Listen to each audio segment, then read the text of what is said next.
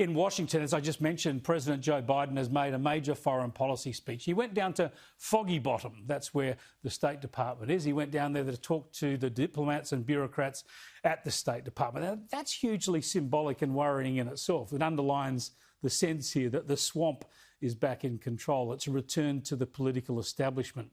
Biden actually told these diplomats and bureaucrats that he would be taking his writing instructions from them. No political decisions overlaying them. It's a dramatic pivot from the volatile unorthodoxy of Donald Trump, which of course actually delivered some results in foreign relations. This is a return to the same old predictability under Joe Biden, and that's a predictability that in the past has often been ineffective.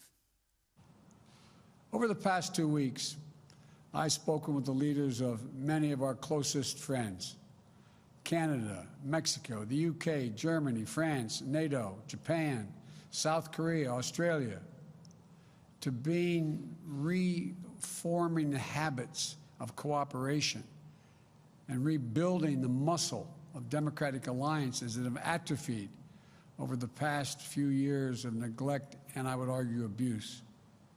America and alliances are our greatest asset. And leading with diplomacy means standing shoulder to shoulder with our allies and key partners once again. Wake up, wake up. He's finished now. Now, Australia got a mention there and an appropriate ranking in that list of alliances. It all sounds positive enough, of course. The test is whether it's going to deliver results. This is what so many people missed about Trump when it came to foreign affairs. What he tried to achieve with China, with NATO and in the Middle East was exactly what other presidents had wanted to achieve, had talked about achieving. He just went about it in a blunt and undiplomatic way.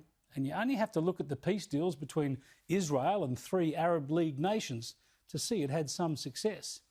But with news breaking today about China wanting to build a $39 billion infrastructure project in Papua New Guinea, just a few kilometres across Torres Strait from Australian territory, it's a timely reminder that Joe Biden's stance on China is what matters most to us. We'll also take on directly the challenges posed by our prosperity, security, and democratic values by our most serious competitor, China. We'll confront China's economic abuses, counter its aggressive, coercive action to push back on China's attack on human rights, intellectual property, and global governance. But we are ready to work with Beijing when it's in America's interest to do so. Fair enough, but how will it all turn out?